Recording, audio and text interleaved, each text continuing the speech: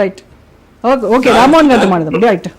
So Rammohan గారు, political వెండెట్టా అని ఒకళ్ళు, ఇది డైవర్షన్ పాలిటిక్స్ అని ఇంకొకటి, ఇలా ఈ రకంగా పార్టీలు ఒకళ్ళ మీద ఒకళ్ళు విమర్శలు ప్రతి విమర్శలు. అసలు ఓవరాల్ గా ఈ జరుగుతున్నటువంటి పరిణామాలపై మీ విశ్లేషణ ఏంటి? రోజా గారు, మీకు శ్రీనివాస్ గారికి, లింగం యాదవ్ గారికి, అట్లాగే శివప్రసాద్ పటేల్ గారికి, అట్లాగే రాజేష్ నమస్కారం. నేను కొంచెం కేసు గురించి వివరిద్దాం అనుకున్నాను కానీ శివప్రసాద్ పటేల్ చెప్పేసి అది అందుకని చెప్పేసి కనుక దాని జోలికి పోను, అది వాస్తవం అంటున్నాను. దాని తర్వాత పరిణామం చెప్తాను. తర్వాత మీరు హిందీ పదం వాడితే మీకు బాగా అర్థమైంది కనుక నేను ఉర్దూ సామెత ఉంటుంది, మక్కీకి మక్కీ మేరే భాయ్ లిక్కీ అని ఒక సామెత ఉన్నది. ఏసీబీ A1 A2 ఎవరు ఉన్నారో A1 A2 A3 సరిగ్గా ఈడీ కూడా అదే A1 A2 A3 పెట్టింది, చూసింది కదా. మాకు సంబంధం లేదు శ్రీనివాస్ గారు, కానీ ఇప్పటికీ ఈడీ వచ్చింది, ఇన్వాల్వ్ అయింది. బీజేపీకి కాదు, కేంద్ర ప్రభుత్వానికి సంబంధించిందే కదా, ఈడీ అంటే అక్కడదే కదా, కనుక పార్టీకి సంబంధం లేకపోవచ్చు శ్రీనివాస్ గారు. ఈడీకి అయితే కేసు పెట్టింది. ఈడీ కేసు ఎటుపోయిందో తెలుస్తుంది ఇప్పటికైతే, అంటే విచారణ చెప్పింది, ఒకసారి పిలిచింది, అయిపోయింది.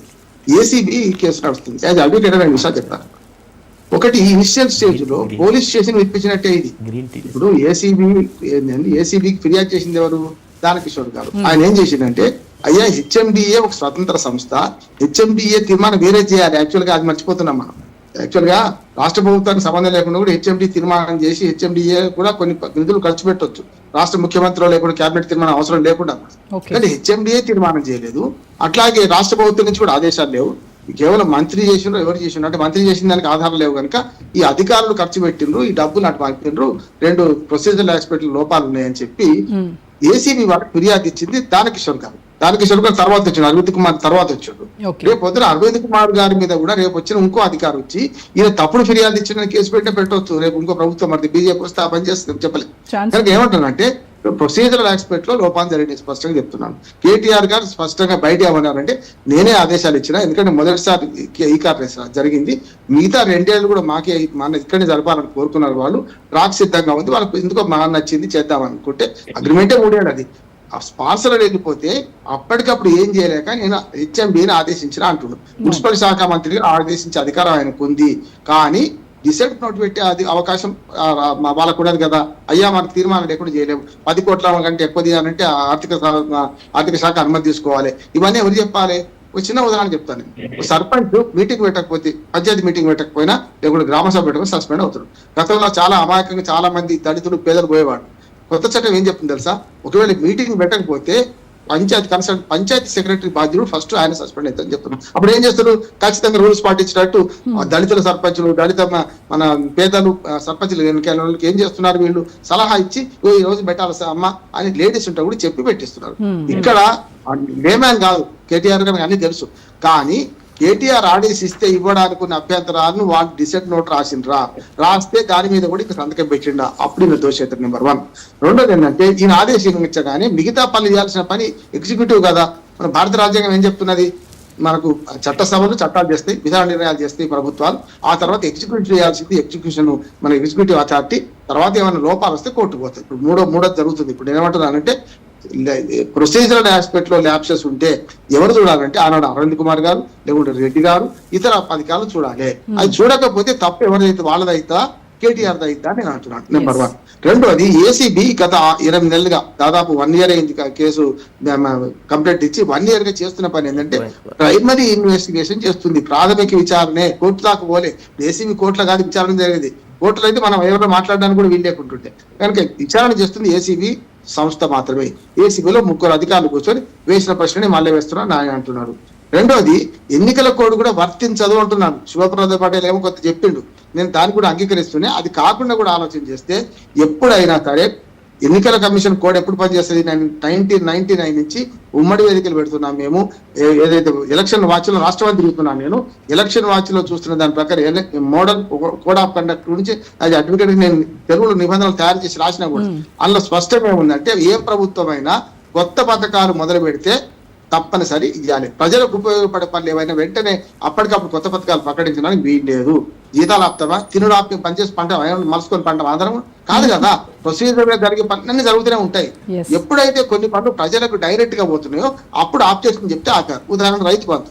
గతంలో 2023 సంవత్సరంలో రైతు బంధును ఆపమని కాంగ్రెస్ వాళ్ళు ఫిర్యాదు చేస్తే ఆపింది. ఆపితే వీళ్ళు ఏం చేశారు, మళ్ళా దాఖలు చేస్తే వాళ్ళు ఏమన్నారంటే ఇచ్చుకోవచ్చు, 2 రోజులు ఇవ్వండి, అంతకన్నా మించి ఉండొద్దు అన్నారు.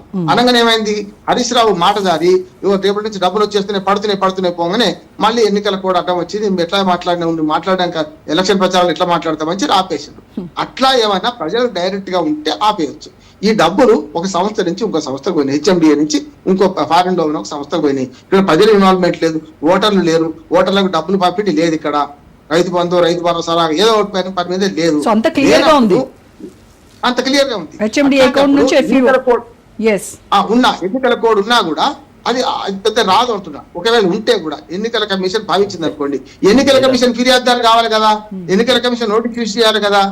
ఆనాడు రాష్ట్ర ప్రభుత్వానికి ఎన్నికల కమిషన్ రైతు బంధు ఆపగలిగిన ఎన్నికల కమిషన్ ఇది కనుక దృష్టిలోకి వస్తే మరి తప్పనిసరి ఆపేది కదా. ఎన్నికల కమిషన్ ఎందుకు రావుతున్నారు? ఫస్ట్ ఎన్నికల కమిషన్ ఎందుకు లేదు, నెంబర్ 1. రెండవది రిజర్వ్ బ్యాంక్ ఆఫ్ ఇండియా. నేను కొంచెం దీని కేసు బై కేసు పోదాం, మన రాజకీయ ఆరోపణలు చేసుకుంటారు, మన సంబంధం లేదు. కేసు బై కేసు పోతుందంటే ఇలా మన రిజర్వ్ బ్యాంక్ ఆఫ్ ఇండియా వస్తుంది. రిజర్వ్ బ్యాంక్ ఆఫ్ ఇండియా అంటే ఇండియన్ కరెన్సీని ఫారిన్ మన కరెన్సీని మార్చి డాలర్ రూపంలో పంపాలంటే దానికి ఈ కేవలం డైరెక్ట్ ట్రాన్స్ఫర్ చేస్తానికి వీల్లేదు. ఈ డబ్బులను మనం ఏమంటారు ఆన్లైన్ లో కొట్టి పెద్ద సమస్య ఉండకపోతుంది. డాలర్లో కన్వర్ట్ చేసి పంపాల్సి వచ్చింది. డాలర్లో కన్వర్ట్ చేయాలంటే రిజర్వ్ బ్యాంక్ అనుమతి తీసుకోవాలి, అంతేగా. ఫారిన్ ఎక్స్చేంజ్ కింద తీసుకోలేకపోతే ఎవరు తప్పు అవుతుంది? బ్యాంకర్ తప్పని అవుతుంది, లేకుంటే అధికారులు తప్ప అవుతుంది. బ్యాంకరింగ్ ఇన్వాల్వ్ అయిందా? రిజర్వ్ బ్యాంక్ ఆఫ్ ఇండియా నుంచి ఎవరైనా వచ్చిందా ఇళ్లకు? ఎన్నికల కమిషన్ నుంచి కేసులో లేరు, రిజర్వ్ బ్యాంక్ ఆఫ్ ఇండియా నుంచి కేసులో లేరు ఎవరు కూడా. అటువంటి అప్పుడు ఇది ఎట్లా అట్రాక్ట్ అవుతుంది? ఇంకో మాట ముగిస్తాం.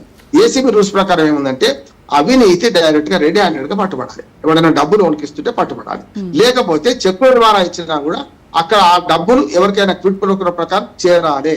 నేను ఉదాహరణ చెప్తాను. ఆంధ్రప్రదేశ్ లో చంద్రబాబు నాయుడు గారి కేసులో ఈ కేసులో అవినీతి జరిగిందంటారా జరగలేదంటారా? ఇప్పుడు జరిగిందని నేను చెప్తా, ఎంక్వైరీ చేస్తాను. నేను ఒక మాట్లాడుతూ గారు, ఇక్కడ ఏమైందంటే ఈ ప్రొసీజర్ ఆస్పెక్ట్ లో లోపాలు జరిగితే అధికారులు చూసుకోవాల్సిందే కానీ నాయకులు రాజనీయకులకు సంబంధం లేదు. ఉంటే కూడా ఏమైందంటే రేపు అందాల పోటీ. ఒక మాట చెప్పి ముగిస్తాను. ఇవాళ మీరు ఫస్ట్ అడిగారు కదా, ఏదైతే ఈ కార్టెస్ ఎంత కరెక్టో ఇవాళ హైదరాబాద్ ఇమేజ్ కానీ తెలంగాణ ఇమేజ్ పెంచడానికి అంతే ప్రాధాన్యత కలిగి అందాల పోటీ. అందాల పోటీలో కూడా 2-3 అపశృతులు దొరికితే మనం కూడా అన్నాం, గొడిగుడ్డు మీద ఈ కాలు పెట్టండి మనకు మంచి జరిగిందని. ఇక్కడ ప్రొసీజర్ ఆస్పెక్ట్ లో జరిగిన దానికి ఏదైతే ఉందో దాని మీద విచారణ జరుగుతుంది, మాత్రం కేవలం పోలీస్ స్టేషన్ విచారణ లాంటిదే. తర్వాత ఎఫ్ఐఆర్ దాఖలు చేయాలి. ఎఫ్ఐఆర్ ప్రకారం వీళ్ళు అరెస్ట్ చేస్తారా, నోటీసులు ఇస్తారా, తర్వాత కోర్టులో ఫైల్ చేయాలి. ఏసీబీ కోర్టులో ఫైల్ చేసేదాకా ఈ కేసు మొదలున్నట్టు అంటే ఇనిషియల్ స్టేజ్ లో ఉంది. రాజకీయ ఆరోపణలు చేస్తుంది తప్ప అసలే పసలేదు. కనబడతారా, లేకపోతే నిజంగానే అవినీతి పనులు ఉంటే అరెస్ట్ చేస్తారో చూద్దాం ఏం చేస్తారు.